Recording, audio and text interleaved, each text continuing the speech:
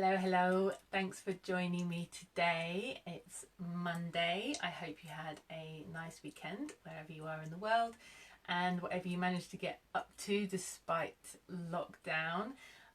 I had a pretty chilled one. Luckily the sun's been shining here in Brighton, so it's kept spirits up a little bit, and I've been able to go out for a walk and at least enjoy a bit of sunshine, even though nothing much else is going on, obviously. So thank you for joining me today. Last week's video we spoke about a special technique to help you release your hip muscles, which may have been a new principle for some of you. I had so many comments about this one, I thought I would do another video to give you a little bit more information and a little bit more to work with on this one, because it's a really cool exercise. Lots of people came back to me. Actually, quite a few people said they've had this technique from other therapists previous to this, which is really great to hear, because it's really interesting to hear that it's out there in other different methodologies as well. So it goes to show that there's a real benefit in working in this way. And just to recap a little bit, just in case you didn't see last week's video, we're working with muscle energy techniques.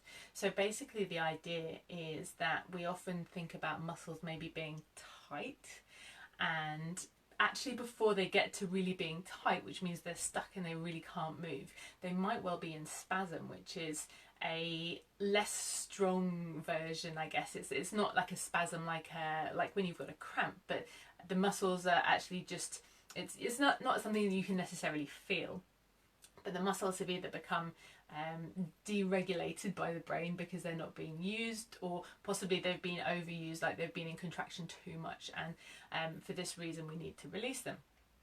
And the way we do this, the muscle energy technique we use, is by creating just a small amount of energy into the muscle, so just 20%, which is very it's a little bit of an estimate when you see how we work with this, but it's a good way of just getting a little bit of energy into the muscle and to help stimulate it and help release it a little bit. Quite a few of you who did this with me last week said that you really noticed the difference, and I've been talking to a few people throughout the week. Some people have carried on working with this exercise and have really started to notice some difference in their hips, and I recommend, if you've been doing it, perhaps really try and put a reminder in your phone so you do it 3 or 4 times a day. It's a temporary measure, so it's something that you'll need to maintain if you are maintaining the same lifestyle that's kind of put you in this position in the first place. So for example, you have a desk job and you're sitting all day, or perhaps you're driving all day and then you're coming home and sitting on the sofa, and there's always lots of little things we can do to change our lifestyle, but at the end of the day we're still going to have to sit to do our job, and we're still going to have to drive somewhere. So you're going to need to incorporate these little techniques as you throughout your day to help to keep the muscles released. However, we can also make longer term changes by building strength in the muscles and helping them to release further, which will help stop them from getting so much into spasm, if you see what I mean. And that's what we're going to have a look at today. So we're going to do the muscle energy technique again in a slightly different way, and then I'm going to give you a couple of exercises to help release the muscles a little further, and then also to strengthen them. So the idea is that a lot of muscles in the body work in pairs, as in there's one muscle working, which is the agonist, and then the other muscle on the other side is the antagonist. And when the agonist, the working muscle, is contracting, the opposite muscle is releasing to help it contract. And like a really obvious way of showing this, if you imagine biceps on the front of your arm, on the inside of your arm, and triceps, when the biceps contract, the triceps release, and vice versa. When the triceps contract, the biceps are releasing. So this is what we're going to be doing with a little exercise in our hips. So hopefully you're in a position to be able to follow along. If you're not, please do save the video and come back to it later on, because I'm going to leave it up for you to follow along with later on. So let's just do a little quick test to see where we're at today. And last week we did this one on a chair because I wanted you to see how easy it is to do just when you're sitting at your desk at work, for example, or when you're sitting on the sofa and you just quickly do your muscle release technique while you're watching telly, or just when you're having a screen break or something. But this is a floor-based version, and we're going to add the movement on top afterwards. So lying on the floor, and actually I've got enough space, hopefully I have, yes. So just a quick test, lying on the floor, flat back, legs straight out, and you are going to cross one leg over and just allow the knobbly bit of your ankle to rest in the fleshy bit just above your knee. So you might want to have a little look, press down the opposite hip bone to make sure that the hips are level, and just feel how that hip feels. Maybe lift your head up, have a little look, see roughly where the knee is at the moment, and then release that leg. And then you're going to go to the other side. Again, knobbly bit of the ankle going into the fleshy bit above the knee, and you can hold down the opposite hip bone to level out the hips. And again, take a little look, see how that feels. On me, my right hip is way tighter, so always my right knee is much more lifted than my left. So from here, we're going to bend the knees, bring the feet flat on the floor, and we're going to cross one leg over. So I've got my left leg crossed over, and I'm going to place my left hand on my knee, and we're going to start the muscle energy technique. So I am pressing my knee into my hand, and I'm going to do it for about 20 seconds, and it's just going to be about 20% of pressure. And I haven't set a timer or anything for this. As I said last week, I like to think of taking about 3 long deep breaths, so which is about 20 seconds, and I'm guessing that that's about 20 seconds, so let's release and go again. And it's actually quite a nice moment to focus on your breathing as well. So if you're taking nice big diaphragmatic breaths, it's actually a nice moment to just stop and focus on the breath and do your muscle energy techniques at the same time. And release. Let's do that same side again, crossing the leg over. So we're just finding 20% of energy, of pressure. We're not pressing that hard. And remember, it's the knee pressing into the hand, and you want this kind of rotation movement happening if you were to let the leg go, for example. So that's the feeling you want to be getting. Let's release one more time on this side. And it can be challenging to find that 20%, first of all. Like, what is 20% of pressure? Like, if you're not sure where you're at, try pressing the knee into the hand as hard as you can, which is 100%, and then try half of that, which is 50%, and then half that again, and then just drop it just a little bit, and that's your 20%. Okay, let's switch sides. So crossing the ankle over again, and knee pressing into the hand. The hand is just an immovable object. It's just for your knee to press into to give it that little bit of pressure to start to generate just that little bit of energy in the muscles, which is going to help them to reactivate a little bit and get your brain, have them functioning a little bit better again. Let's release. And we're going to do this one with a nice deep breath. So breathing in, 2, 3, and out. 2, 3, and again breathing in and out. One more time, breathing in and out. And release. We've got 2 more on this side. So crossing the leg over again. Knee presses into the hand. Nice long deep breaths, nice and relaxed. Upper body should be relaxed here. And remember, this isn't a stretch, this is a muscle energy technique, so it shouldn't feel strong at all. You might feel, release, and let's do one more time. You might feel, hopefully you will feel like a small contraction, like deep in your butt. If you don't worry too much, like that will come with practice. But yeah, this is not a stretch at all, so it shouldn't feel strong, it shouldn't feel too like uncomfortable, it shouldn't feel like a stretch basically. And let's release. Okay, so I'm going to roll over onto one side now, and first of all we are going to use that law of the opposite muscles releasing each other by crossing the top leg over, and we're going to work the inner thighs of the bottom leg. So I'm lifting my leg up and squeezing it down. So really squeezing the leg up and down, really using the inner thighs, trying to keep the hip stacked on top of each other, but it's a little bit challenging in this position with one leg over. Keeping the side of the body lifting up off the mat. I'm really squeezing using those inner thighs. Again, this isn't a massive strength exercise at the moment, but you can definitely add a resistance band if you have one to hand, and this is already easy. But sometimes this can already be quite challenging for some people to really find those inner thigh muscles. We're going to do 2 more.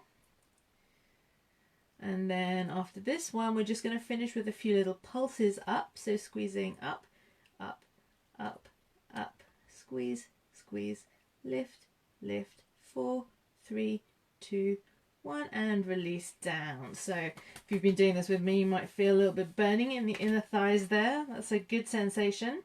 So now we're going to work with the top leg. So we're working on the other side of the hip now, but we're working on the outside muscles, on the abductors, lifting the leg nice and controlled, squeezing up and squeezing down. So I'm really making sure that I'm fighting against the gravity as I bring the leg back down, squeeze it all the way down, and again really keeping sure that those hips are stacked on top of each other. If you do Pilates, I know there's a variation where you can point the foot and flex as you bring back down. That's a nice variation to add on because you get a little stretch in the calf as well. I'm all about getting as much bang for your buck with an exercise as you can. And let's do 2 more like this. And 1 more. And let's lift the leg up again and little squeezes up, up, up, up, up, up, up, up, and 4, 3, 2, 1, and release down. You may feel a little bit of burning in your top leg there. And we're going to switch sides if you're following along with me. So I've just remembered what it was. Law of reciprocal inhibition. There we go. When you're in a live video and you have a brain fry. I completely forgot what it was called then. But that's the rule, the law that the opposing muscles release each other basically. So we're going to take that top leg and cross it over the bottom one just to support. Now if you're not comfortable here, then you can always take the other leg behind you as well. Basically it's just a bit of support so that we can we have the bottom leg freed up to work the inner thighs there. So again, lifting the side of the body off the mat and squeezing that leg up and down using the inner thighs as much as possible. And don't worry if the leg doesn't come very high up off the floor. Sometimes we don't use our inner thighs very much, and they're quite a challenging one to work outside of the gym. If you're at a gym, you've got those machines that you can squeeze your legs together, but you have to find some creative ways to train the inner thighs when you're working from home.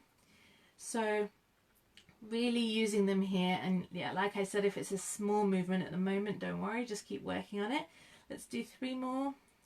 And again, remembering to resist on the way down. And last one.